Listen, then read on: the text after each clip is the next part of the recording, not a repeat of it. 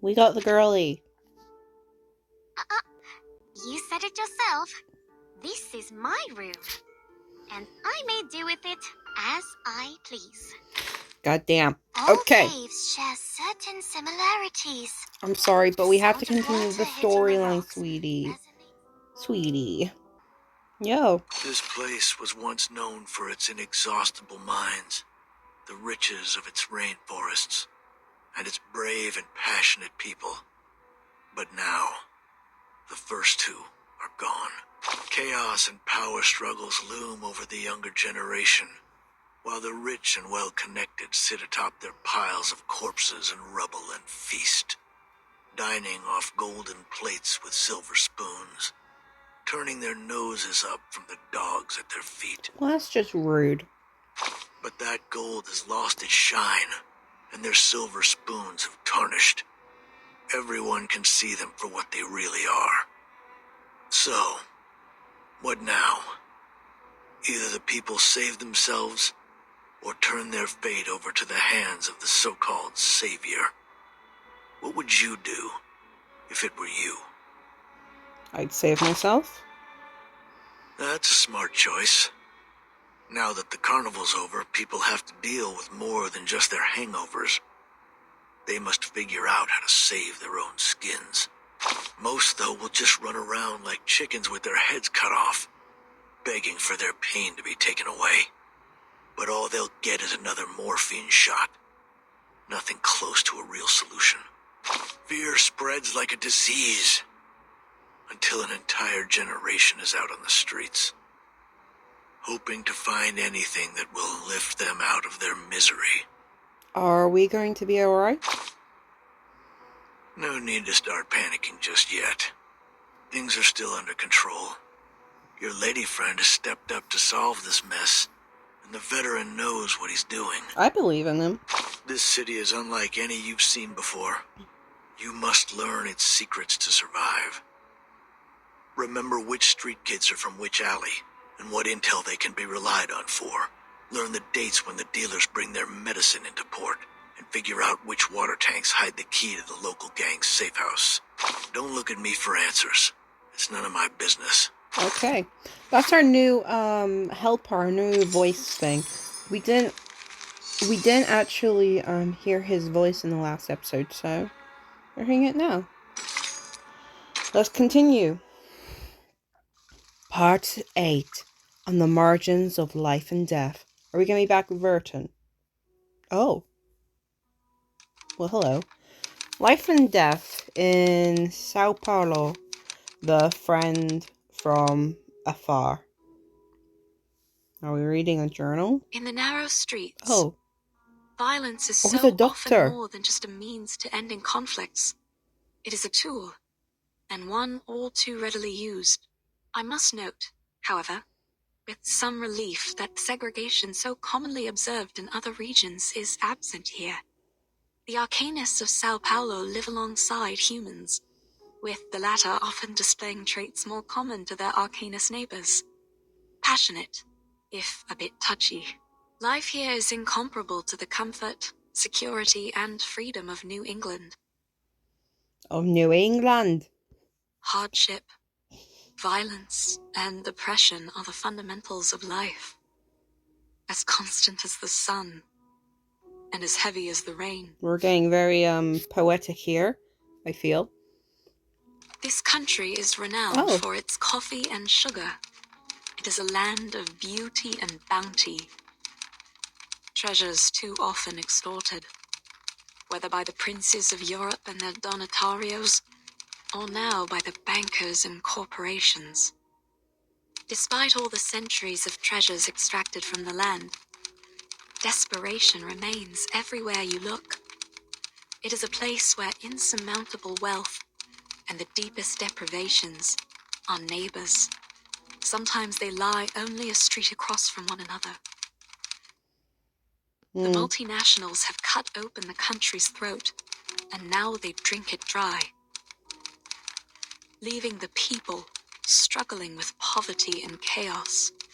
It is a bleak existence. Dear readers, I share this with you so the story of these people might be heard. The doctor is said to write articles, isn't she? Because that's what Barbara said. Barbara pointed us to this doctor. So could this be the doctor in question? Favela. The doctor sits by the roadside, a small group of children gathered around her. They watch in awe as her typewriter hammers letters onto the page. Shippy, do you know, has life always been like this here? If you ask me, Doc, Sao Paulo in 1990 isn't much different from Nassau 1681. It's white rum. It's white rum. Oh my god. Okay. I love white rum's design so fucking much. I love it so much. Look, guys, I had a period in my life, as I do with many other times in my life, where I was absolutely obsessed with pirates. And I just love I just love white rum's design so much. Look, I get very interested in certain periods and eras of the past, and the Pirates era is very interesting. Of course, I am more knowledgeable in the ancient Greek era, and the beginning of the Roman era more than anything else. But I searched up, I went down many rabbit holes on many periods and eras of time, and I love it. It's a shame. Between the sunshine and warm sands, there is a good life to be lived here, if only they were free enough to live it. I like how her hair is tied. I like that. The summer is long, just like the suffering of these people. I used to dream of traveling to all sorts of fascinating places. A foggy city by the Thames, and a little town blanketed in snow and sunflowers. I met so many different people, though I find I can no longer recall their voices. I have only their words left, only my records of them. That's sad. Have you heard of a weed down at the bottom of Lake Ilapango? The people there turn it into a polenta with cornmeal. I wonder, my only question for white rum is that, how does white rum work? Like, how do they become an arcanist? Because I know, see, Lucy is a screw. And then we have Miss Radio as well. So how can a bony arm holding a bottle be an arcanist? I need questions to this. Like, did part of a corpse just got infused with arcanum, and there you go, they are now a sentient being? I need questions to this. I need questions. Supposedly, if you have it, you'd recall every last thing that's ever happened to you. Every bit of it. Wow! What's a record? The The children turned to the ship in the bottle, their eyes filled with curiosity. Oh, is the ship the thing? They call it La Hierba del Tonto, Spanish for the fool's weed. You see, lad, only a fool would want to remember everything. Sometimes a little forgetfulness is a blessing in disguise. I beg to differ, Shippy. To forget the past, its lessons in pain and joy alike, that isn't a blessing. It's oblivion. Okay, shut up, obey me. Is the bowl the one that's infused with arcanum? I have many questions for white rum, I do. But let's not argue over some mythical weed. For all the claims, no one has ever seen it. Just another myth, like the succubus or the minotaur. Ah, those are good stories, though, especially mine. Aye, let's talk about succubi instead. That's sure to get the lads pricking up their ears. Of course, succubuses, yeah. Very, very proper conversation for little ears. At the mention of this, the little ship goes off again. Back in 88, I mean 1688, of course, our chief mate, Mr. Morgan, had an encounter with a succubus after he found her seal while carousing in Portobello. Oh my god, the weather in the bottle changes. That's so cool. If the rumors tell true, The little once he things, got a the hold little of it, things. she grabbed a hold on him too. I couldn't say what transpired, but we never saw hide nor hair of him again. No one can debunk her stories, but no one really believes them either. The children's curiosity fades and their eyes start to wander. One of them spots two big fish floating in the water. Look over there! Something's in the water! Two figures float among the trash in the river, sputtering and choking. One is clinging onto the other as they struggle to swim to shore. Vertin? What the devil is all that commotion? Vertin?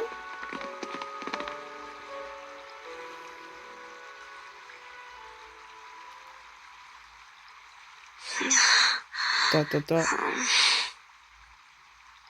Vertin, you're awake, darling. Hey, wake up! Miss Kimberly. Hey, stay with me! Can you hear me? Hello? Kimberly pats her fallen companion's face. No response. She's still breathing. Why won't she wake up? Whew. What happened to the lass? The little ship makes its way over, followed closely by the children and the doctor. Seeing the group of strangers approaching, Kimberly tenses up. Miss, are you all right? Is there anything we can do? Yes, I'm fine. The ship went down. Blow me down. These waters are getting rougher by the day. The little ship sways back and forth in its bottle, showing off its excellent condition. And we drifted down the river until we reached the shore here. A long way to go, only to end up in Favela. I know she's traveling with her friends, but I don't know where they could be now. Everything happened so fast. Shippy, what's going on? Are there people that need care? What's their condition? Of course, she's blindfolded. Just one, alas. She's still breathing, but she looks like she's been keelholed for a bit too long. Miss, please lay her down on her side. Kimberly does as she is told. What are you going to do to her? Well, she's a doctor. Doctor kneels over, skillfully clearing the girl's mouth of any residue before starting chest compressions. Save her, if I can. I think you can. One push, another. It's a professional instinct, the duty of a doctor. An unexplainable impulse drives her to revive the drowning girl. Well, the girl coughs up some water. The doctor continues. Good, good. She'll make it. Please, make sure her airway's clear. She coughs out more water, but she still lies there, unable to move. Are you sure about that, Doc? The lass looks paler than a ghost. I think she's burning up. The doctor touches her forehead. It's burning hot. You're right. We'll need to take her back with us. I'll fix some medicine for her. Would you give me a hand, miss? Help her up on my back. Kimberly obediently helps the blind doctor lift the feverish girl onto her back. Oh, she's almost as light as a child. The children run ahead, pulling aside the hanging clothes for them to pass.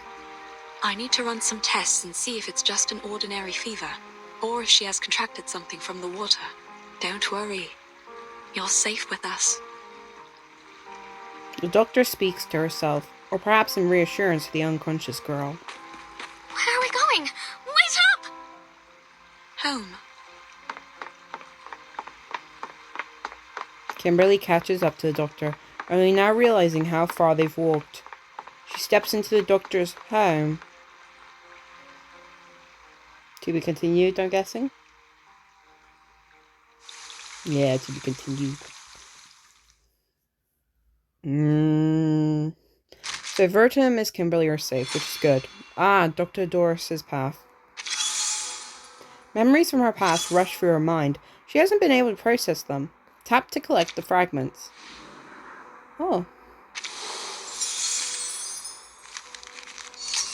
What's this? A conversation filled with one-sided questions doesn't necessarily have to feel like an interrogation. Oh, Barbara. Miss Barbara, thank you for agreeing for this conversation. Please relax. This is the Foundation's way of reciprocating UTTU's interview. We can proceed at your leisure. Yes, it's rare to be the one asking the questions and hosting the editor of UTTU. Let's make the most of this opportunity regarding your methods of avoiding the storm. I'm sorry, but as you probably know, you cannot hear the wind, so you can't hear the secrets of the storm.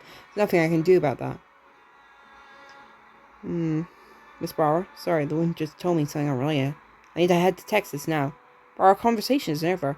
I apologize, but I must go to Highway 877 immediately. Please allow me to end the call. Our party then hung up. Matilda has been appointed as special investigator to continue our interview on Highway 77. The task has been transferred to the timekeeper. The timekeeper has returned with information indicating that Erd might be the Sao Paulo Vertin's residence in Brazil. Okay. Okay. Yay! It's been a couple of days. Let's get straight into this. Let's get straight into this. What sound? Part 9, Aged Like Fine Wine. What sound do we have? I need to check these things before I start recording. Hello. A shelter in the favela. A fan whirls loudly, yet the room is just as hot as the outside. The doctor gently lays the unconscious girl down, resting her head on her lap. Vertin's so pretty. She lightly strokes her flushed face. Let's see this. Ah, look at that. It's so beautiful. So you weren't even traveling together. And still you brought her all the way here. You have a good heart, Miss Kimberly. I am connected. You flatter me, Doctor. It was only that the current pushed her to my side when we all fell into the water. And I just couldn't forgive myself if I were to let her drown. Oh, Miss Kimberly. An accident or perhaps fate. In fact, she and I had met briefly before, in Texas. We didn't part on the best terms. Definitely not. Sometimes we find ourselves in quarrels, even among friends. I wouldn't really call us friends. Acquaintances, maybe enemies. Negative acquaintances. I don't know. No, we aren't. Vertin, are you awake? Shh. We should let her get some rest. Kimberly falls silent. She squats down, watching her the way a cat peers at a sleeping baby. Okay, that's funny. Have you seen a cat peer at someone sleeping? Like, their head just pokes out, and they're just like, huh? They are shocked by looking at the being in front of them. May I touch her? Miss Kimberly has the thoughts. Fever is one of the biggest dangers here, though it's still better than diarrhea and vomiting. I'll take her to the veteran's residence for further treatment once her condition stabilizes. It almost looks like she's only sleeping. Is Kimberly poking Vertin's nose? Just like a little boop, boop, boop. I do that to my cats and they hate it so much. Are you two really not friends? Seems to me that you care for her very much. She helped me. She was kind to me on the ship. The bloody ship. I don't know what happened. Shh. Hush, please. She really has like a motherly presence to her. Very, very calm and gentle. Very sort of like motherly. I love that. The doctor presses a finger against her lips. A gentle smile on her face. My apologies. She has the face of a guilty child. As I said, it was only twice that we'd met. And somehow, both times turned out quite terrible for me. The doctor strokes the feverish patient's hair. It's beautiful, almost the same color as hers. Her hair is so silky. It's smooth and soft, like fine rain in my hands. The doctor gently combs the hair with her fingers, slowly untangling the matted strands. First it was Tuesday's motel. Things there turned into a right mess, and I didn't find what I'd lost. Then, in that manner, just as I was about to enjoy a bit of dinner, that wild girl burst in. They caught me, threw me into a tower, and locked me up. I was stuck there, waiting like a lamb to be slaughtered. I just realized she's wearing a corset. I'm sorry, I got distracted there. But you've made it through. You're safe with us. No one is going to hurt you here. Thank you, Doctor. Also, can I just say, I love Miss Kimberly's hair. Like, it has, like, reflections of blues and purples, and I just love that. Love, love, love that. Kimberly gently takes the feverish girl's hand into her own. It's limp and slightly rough to the touch. The blurred memory of her sister comes to mind, as well as the wrinkled, warm faces of her old friends cheering her on. Goodbye. Oh, is Miss Kimberly just going to leave Vertin here? Oh, things disappeared. Satisfied that she has paid her back for her kindness on the ship, Kimberly leaves through the back door. What? The little ship in a bottle is waiting for her on the other side. Oh, it's white Leaving rum. your friends so soon, lass? Well, come as you are. I'll give you a lift. Perhaps we might have a bit of an old jaw along the way. After all, it's rare indeed to see one of your kind out and about these days. A lift? Pardon me, madam, but I'm not sure you could bring me anywhere. You're a little too small and a little too stuck in that bottle. A galleon, born from the 16th century's dreams of exploration, she awakened and slumbered once again until now, a time in which there are no more uncharted lands to uncover. Climb aboard, matey. So where's our heading? Or shall we go for a ride on the river? Don't be shy, I aim to make a friend of you. Kimberly looks hesitant. Don't be shy. I let the little ones play on my deck all the time, climbing here and there, like a bunch of cheerful little monkeys. And not just them. I ferry the good doctor from here to the veterans' residence, too. You'll have to wait till we reach the sea to see me at my full size. Once the water opens up, that's when I'm really free. Okay, so white rum can turn into an actual full boat. But full ship, I mean. Okay. The sailboat slowly drifts away from the doctor's hut. Now, I ask again. Where are we going, mate? Can't just let the wind decide our course. Why not? I should like to go somewhere nobody will ever find me. Confusion, chaos, escape. Perhaps tomorrow will be just like all those yesterdays. I'm afraid there's precious few places like that anymore, lass. I've spied the globes they've got nowadays. Seems like every last step has covered the four corners and back.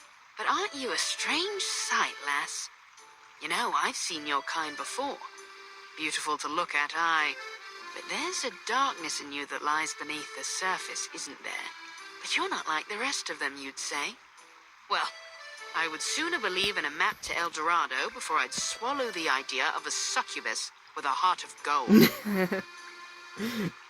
So, is that girl your master? Did she have your seal? If that were true, then heart of gold or coal wouldn't matter for none. You'd be as thick as old tar. So, White Rum is assuming that Miss Kimberly is a succubus. Okay. She's been found out. She's a member of an ancient race, once wanted, even hunted, now forgotten by the world. Wait, she's actually a succubus? Wait, what? Wait, what? Look, guys, I watched the trailers. Her being a succubus was not what I thought. What the fuck?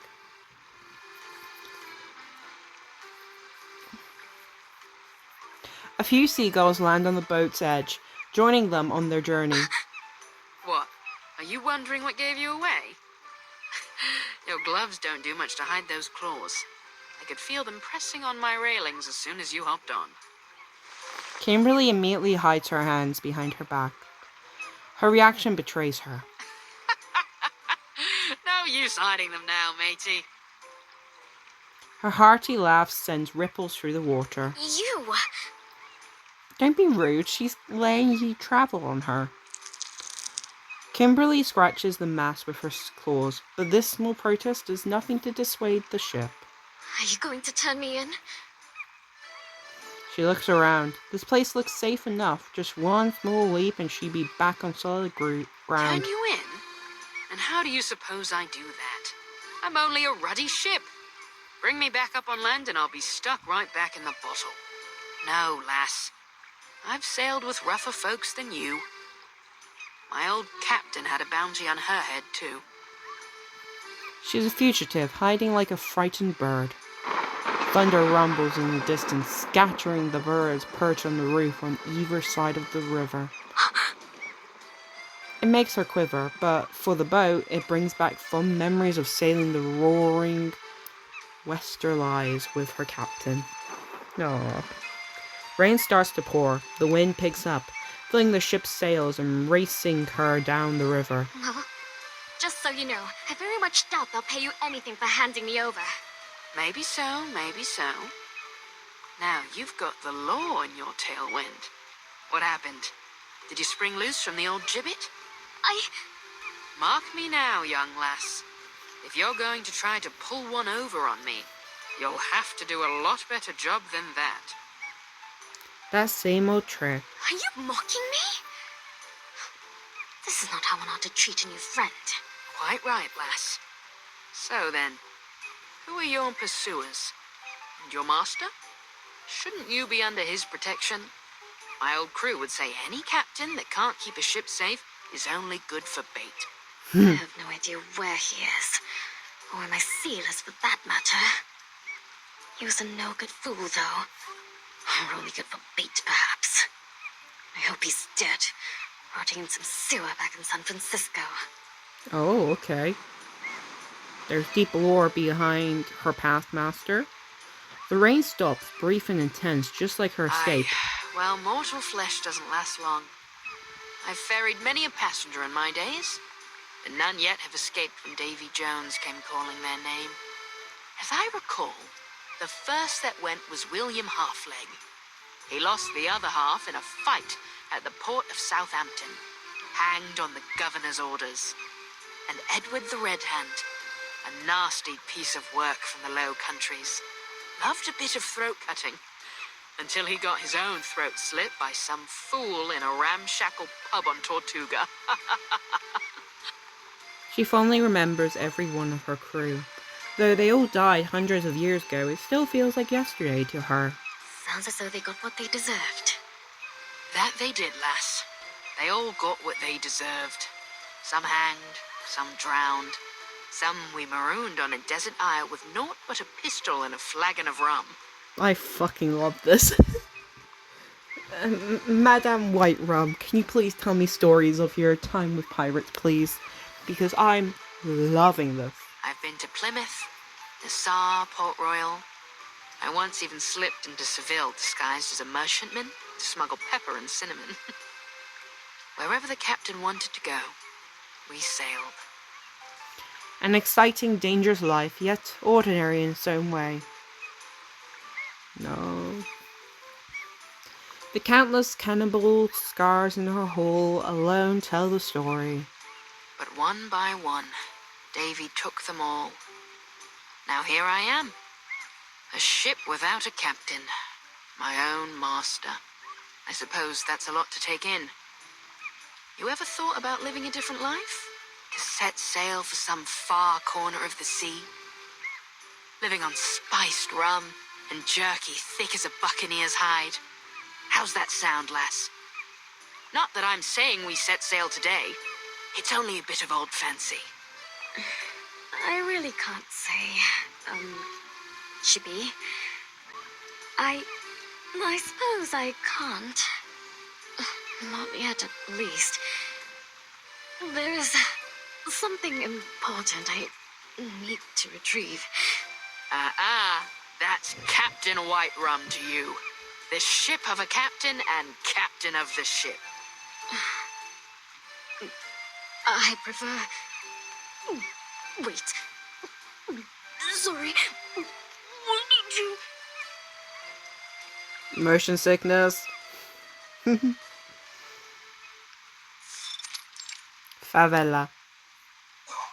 As the ship docks, she leaps back ashore, doubles over in an alleyway, and retches. Seasick? I hadn't thought your kind capable of it.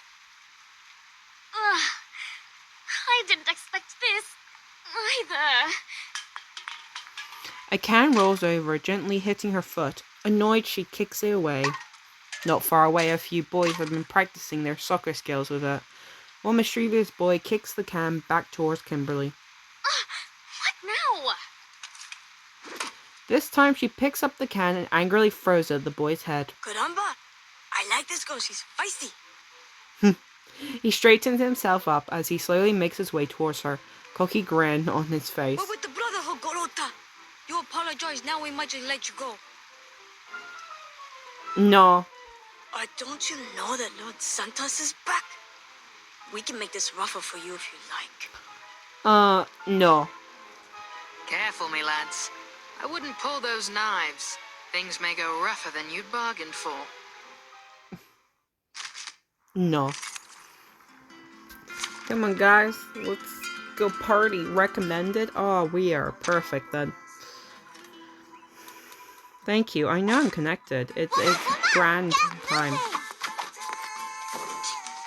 Don't have connection issues. At the start of the round, rewrite 2 random allied incantations with the precision effect.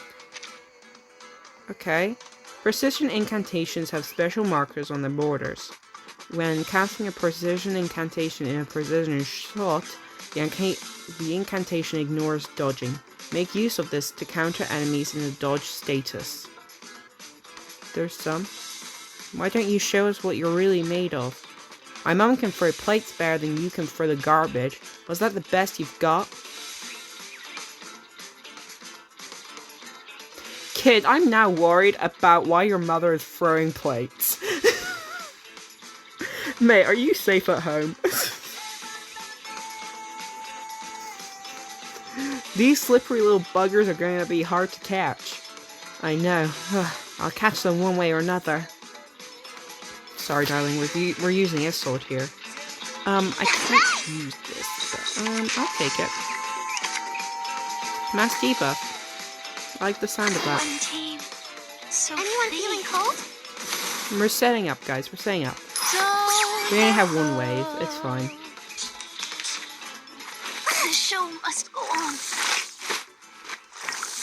The show must go on.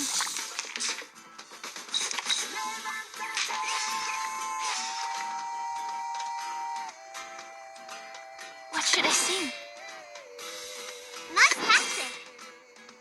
Then I found you. Then I found you. Oh, you motherfucker. The show must go on. Ow!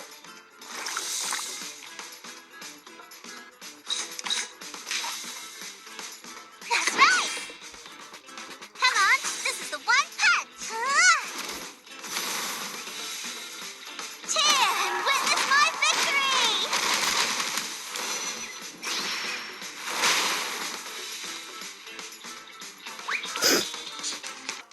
Ah, we lost her. Good. I just finished warming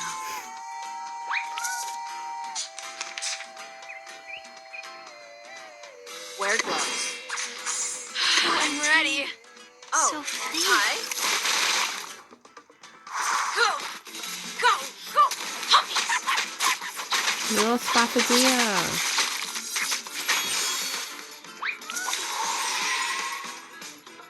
5 rounds, that's good. Huh? It's already over? Oh? The boys are no match for her. Not so tough now, are you, boys? Try this again, and I'll make a mince out of what's left of you.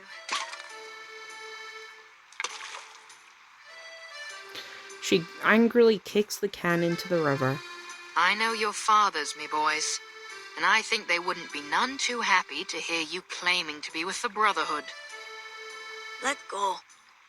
We're wasting our time here. Boys scurry off, muttering under their breaths. Bilge rats, the lot of them. Not even fit for the apostles. Brotherhood always lets their knives do the talking. If there'd been any doubt of what you are, lass, that fight sure cleared it up. She continued. Yay! To be continued. Ooh. Yum, yum, yum, yum, yum. Lovely. Lovely. I'll panda this. Magazines have been posted next to a pile of dildo. Okay. Impossible flask. Okay. Interesting, interesting. Motherfucker. Congratulations! You are about... Oh shit, I actually have quite a couple. I should probably save up. Hello. This is the last recording for this episode. I was supposed to do this a lot earlier tonight, but I finished work late and I had to babysit my cat. I didn't want to record while doing that, and I'm also got hooked onto a YouTube video, and I had to make myself tea. And now it's past midnight, so ASMR Luna time. Let's get straight into it. So, we're gonna finish off we're gonna do part 10 tonight, yeah. Part 10, boarding the white ship. Hello. They disappeared again, oh my god. Favela. Listen up. We're the Apostles' Brotherhood, not some worthless favela gang. Hey, I pronounced it right. So we start off nice and easy. And if the doc doesn't play along, well, then we make her play along. Claro? No. Wasn't clear at all. What do you mean make her play along? I mean... Huh? You have a gun, but I don't believe you. A shelter in the favela. The feverish girl looks to be doing much better than before. Dr. Doris is crouched beside the bed, gently wiping her face. A few uninvited guests burst in. Hola. How can I help you, gentlemen? Hey, is she really blind? I'm afraid yes. But please don't worry. I'm more than able to treat all my patients. Are you feeling unwell, sir? Dude was like so shocked. He was just like, this doctor, we'll make her play along with what we want her to do. He was so confident, and then he came in, saw that she had a blindfold covering her eyes, and he was like, oh shit, she's blind. Fuck. Confidence deflated so quickly there. Marcando glances at the patient on the stretcher and signals to his men. His dogs quickly surround the patient. Sir? We heard that you're a good doctor. We got someone who needs your help. You're Dr. Doris from the Veterans Residence, right? Yes. And may I know who you are? I won't turn away a patient, but I'll also need some assurance that you can be trusted, sir. So, is she coming with us or not? He kicks over a cabinet, causing the test tubes within to smash in a small explosion before. Honestly, these are fucking dumbasses. Okay, you have a girl. Let me paint the picture for you. You have a girl who is clearly not awake. She's clearly not well on the bed. And you have a blind woman right next to her. And this asshole decides, hey, let's go straight for the aggression. There's really no need. That's just a stupid ass move, my dude. Did you hear that? Yeah, now anyone who's nearby knows that something's wrong. Like, what a dumbass move. That's so fucking dumb. Sounds like some kind of explosion near the clinic. Should we go back? It could be an accident, but she's got away with her equipment. Doubtful she's the cause of this. Steady on then. Let's hurry back and see for ourselves. There you go, now she's got reinforcements. You fucked up. You fucked up. Plain and simple, you fucked up. That's not how you treat a doctor, lads. The thugs instinctively draw their knives, a habit developed in their line of work. What are you doing to her? Lord Santos would like to have a word with the doctor. That's all.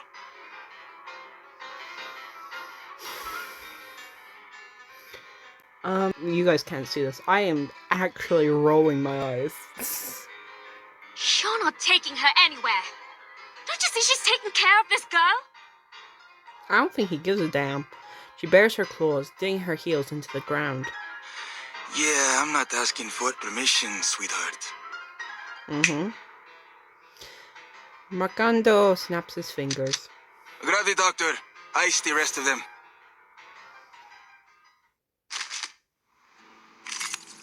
A shelter in the favela. And now we're gonna beat their asses. Let's fucking go. Woman, get moving! Oh my god, they have no extra shit. Shit, they do.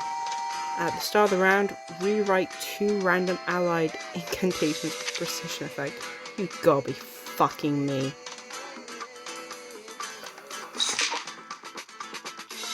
So untamed, so free.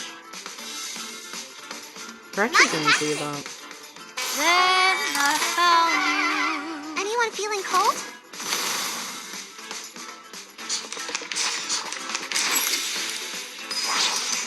Toes. The show must go on. She's got a healer. What should I sing?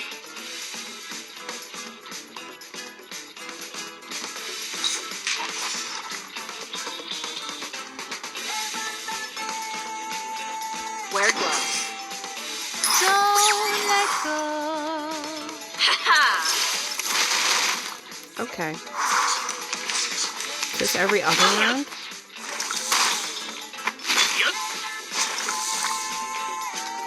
No? We're good.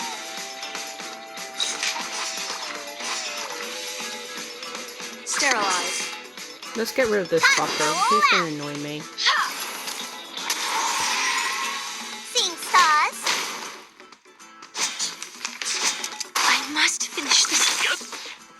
Ow! He's a dick. That's right. So untamed. So come on, this is the one punch. Take my hand. Tear and witness my victory.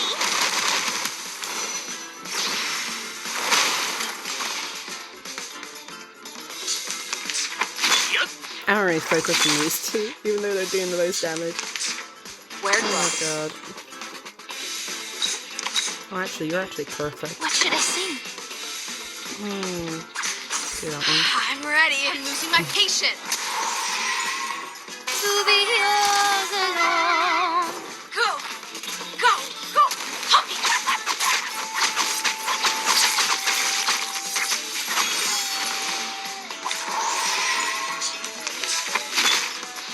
Can we have an opera? No, we can't have an opera. Sad. I gave it my all. I have no regrets. Don't worry. Don't worry. I have no regrets, me and you either. Oh shit. Kimberly clasps the head of a thug in her claws, poised to crush it. But she hesitates, glancing back at the doctor. Stop. Enough. I won't have you fighting in my clinic. Fair enough. It's your clinic, love. That's fine. Kimberly releases her grip. Doctor? Why release it? Just drag the man outside. Drag the man outside. Don't fucking release him. He's a dumbass. But they've got the girl, Doctor. Oh shit. The feverish girl's unconscious body has been thrown over the shoulder of one of the thugs. This lady definitely isn't from the favela. So what's she doing here? I wonder whose fault that is that she's here. She's ill. She needs my help. That is all I ever ask. Well, all we need is you, Doc. So how's about we make a deal? You come with us, we let the rest of your friends go. Understood? So be it. What the fuck is this dude gonna do? Can he fucking teleport? Fucking hit him. There's no need for negotiations. Just fucking hit him. Man doesn't know how to teleport out of the situation. Just hit him. There's no need. There's no need. There's no fucking need for all this bullshit. There's no need. She doesn't hesitate to accept. Please, Doctor, stand aside. I'll happily take care of these rats. Let Miss Kimberly deal with this. Fucking hell. I have no doubt about that, miss. However, once violence starts and blood is spilled, there will be no end to it. For now, I would be happy to meet with this Senor Santos and seek out a peaceful resolution. Why does Santos fucking want her anyway? I'll come with you. See? We can all be friends. No, we ain't friends. You can fuck off. We ain't amigos. Fuck off. The thug pushes the feverish girl towards Kimberly. Yeah, Vertin! bastard. Kimberly catches her, holding her tightly in her arms. If she doesn't wake up tonight, take her to the veteran's residence first thing in the morning. All right, get the doctor straight to his reverence. Can they teleport? Is this where I find out that they teleport? Because if they don't know how to teleport, then this was fucking pointless. Oh, ... A long sleep with no dreams. No worries, no troubles, no thoughts. Like being back in a warm, dark, damp room. Vertin? Are you awake? She awakes to an unfamiliar place. It's quiet and strange. Oh my god, there's a cat in the background.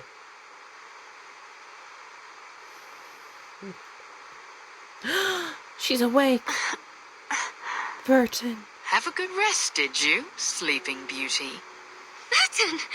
You've missed quite a bit. All terrible, I'm afraid. Ah, fuck. Talking ship inside a bottle. A tiny floating fortress on the water.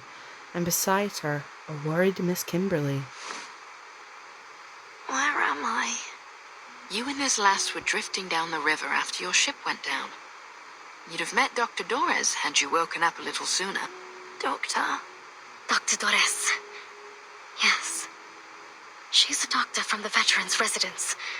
She saved you from the very claws of death. She... Oh my, yeah, see, can you see? Oh my god, there's two cats. There's two cats in the background. Oh my god. I'm happy with life.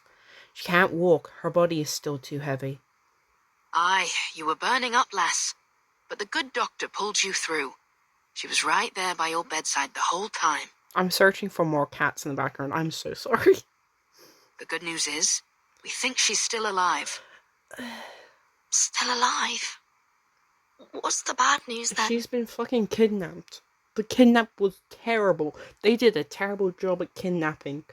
To be honest, we had the upper hand. These motherfuckers just had guns. And I doubt that their aim is fucking good. The bad news is she's been snatched up by the Apostles' Brotherhood. Nah, What? fuck. Rest now, lass. They aren't likely to hurt her for now. You'll need your strength for later. Some scallywag by the name of Santos wanted to have a word with her. So they said. Nah, you can fuck off. ... Everything has gone to hell since that ship sank. But Lepera and Sotheby, where are they? There's a shooting pain in her arm. I remember we all fell into the water. I'm sorry, I didn't see them. We washed ashore together. My map. Have you seen it? I have to get to the veterans' residence. They may very well be waiting for me there. No, White Rum can help us. Come on your feet.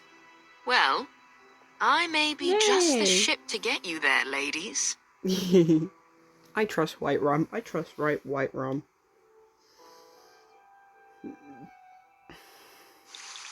To be continued. Yay. I trust White Rum. Do, do, do. Do, do, do. That was a terrible kidnapping. That was a terrible kidnapping. Definitely not a 5-star review of The kidnapping. daylight here reminds me of the island. That's good to know. 47. It is 47, right? Yeah. Maybe I'll leave the door open for you too, Vertin. I need 5. She's still here. The beautiful lady. I'm not gonna get her, but I'm gonna try. Want some fries, burgers, or apple pie? It's my pleasure to meet you, my See, fellow. my record is 5-star. So Argus was last time. We'll go her. And Holnala. Yeah, I stopped doing that one. What's the special? Argus. Miss Suitcase Keeper, are you required? Might be one of the special ones for this banner. Rabies!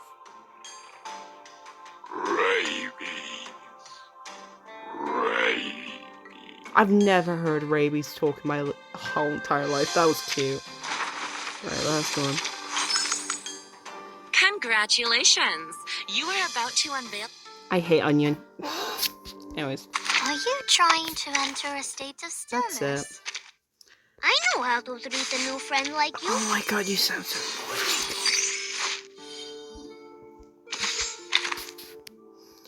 Okay, that's it. Well, the chair is. No, in I the don't want to middle of talk the to any room. of you. Please. That's it.